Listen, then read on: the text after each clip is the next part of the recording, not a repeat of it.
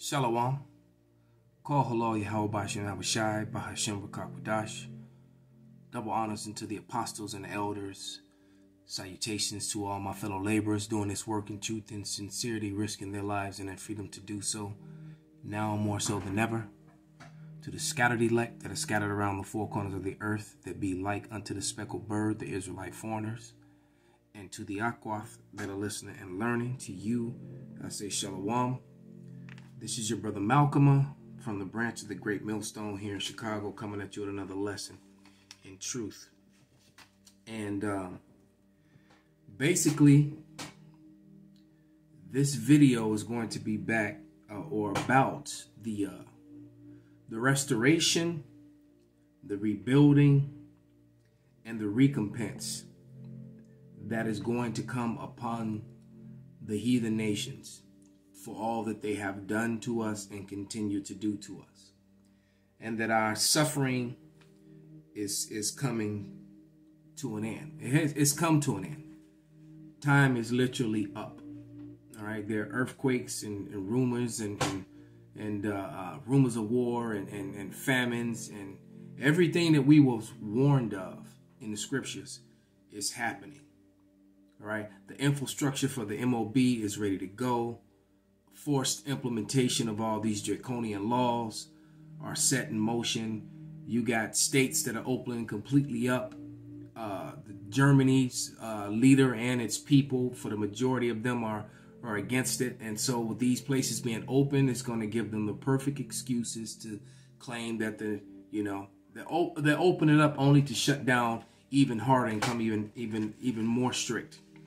And if you can't see that, and then the way, the dumb conversations that people have concerning these matters, as you move about, and how you got the nation is truly divided. Half of the people are for it, and a lot of people are against it. And those people are going to clash in the streets eventually. All right. But let's jump right into the scriptures. This is Isaiah, the 51st chapter.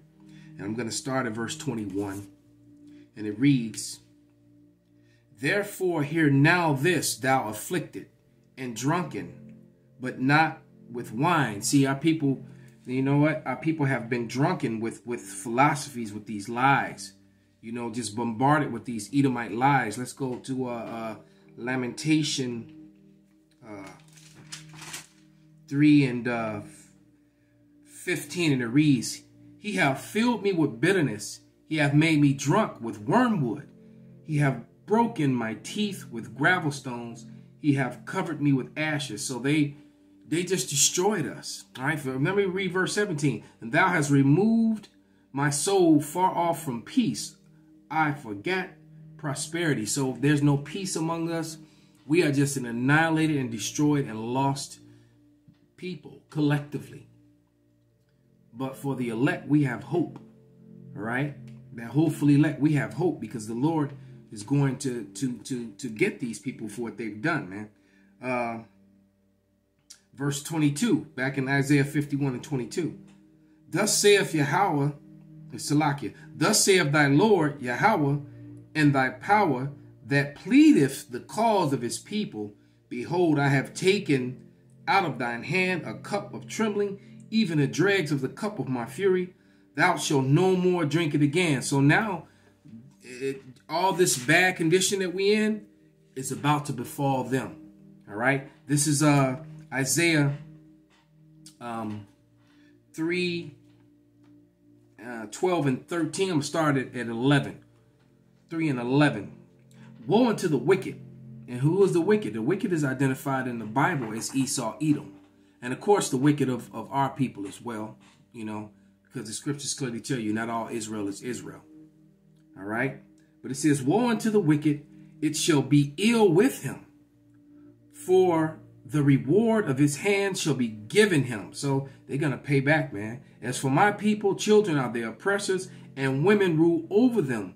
O my people, which lead thee cause thee to err, and destroy the way of thy path." See, so this man, when it says thy children, it is really speaking about Esau, Edom, because he's younger than us. They came from us.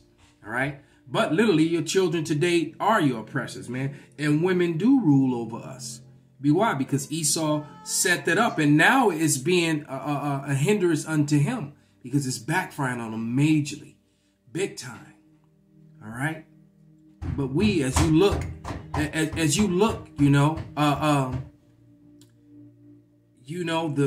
heavens right there. We're promised the heavens. All right. This is Isaiah 3:13.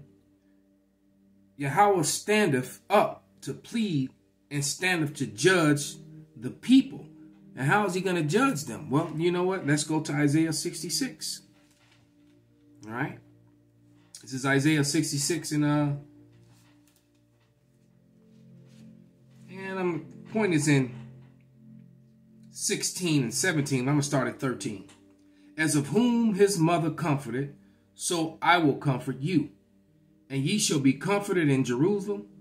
And when ye shall see this, your heart shall rejoice, and your bones shall nourish like a herb. And the hand of Yahweh shall be known toward his servants, and his indignation toward his enemies. For behold, Yahweh will come with fire, with his chariots like a whirlwind, to render anger with his fury, and his rebuke with flames of fire. So those chariots are going to come and utterly destroy Esau, Edom, off the face of the earth. All right.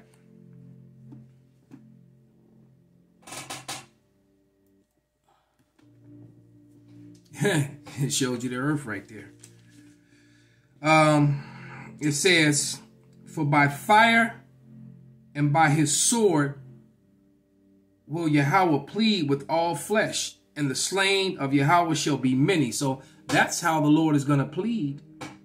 He's going to plead with fire, with those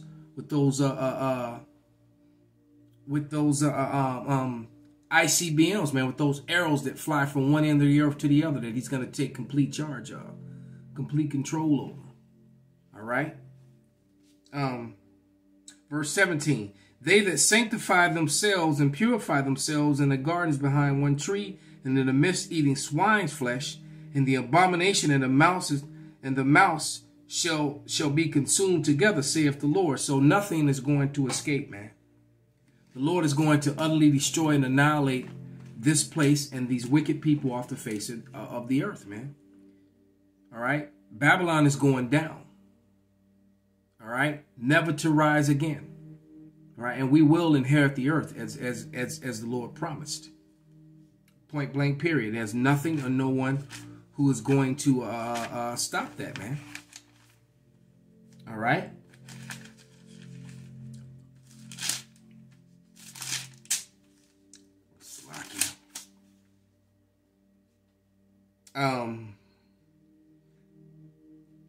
This is Isaiah 49 and 25. All right. And it reads, Yahweh, in Yahweh shall all the seed of Israel be justified, and shall be and shall glory. So we're going to be justified, just like it says in Romans. It says in Romans, the 9th chapter, that we're the flesh for the reason. Well, you know what? Instead of me just fumbling over it and mangling it, let me just go to it, man. Because we're promised greatness, and we're going to have everything. Absolutely everything. Our kingdom is going to make the best places on earth where Esau has lived and dwelt look like a garbage heap.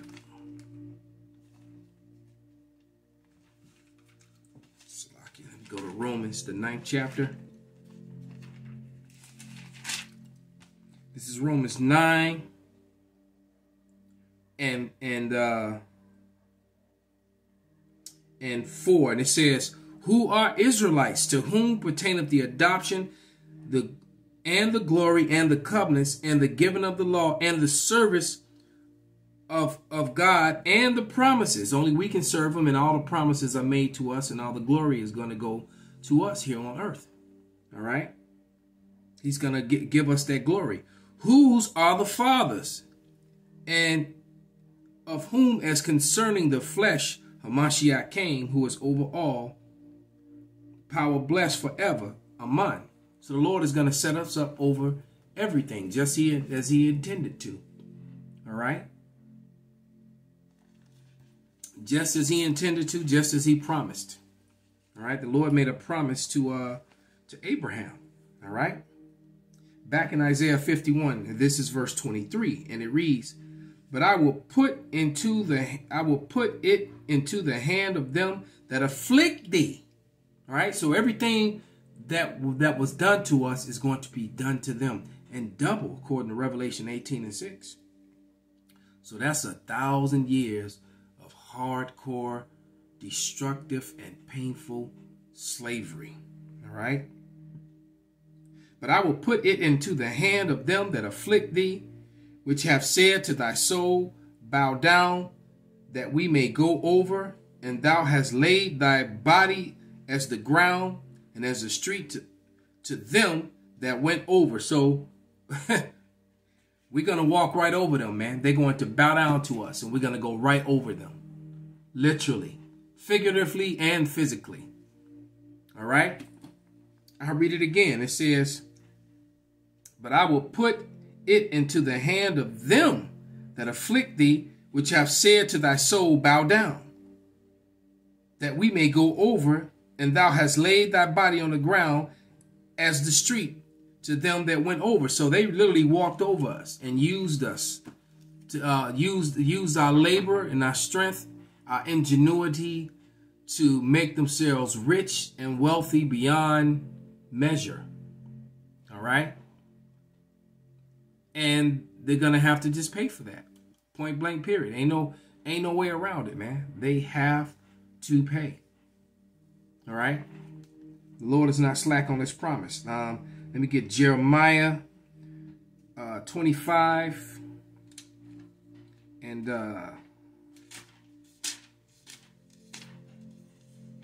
perfect. Turn right to it. 17. And it reads, "Then I took the cup at Yahweh's hand and made all the nations to drink, unto whom Yahweh hath sent me." So all the nations are going to drink of that cup of affliction. All right. Psalms 2:8 says, you know what? Let me just get it.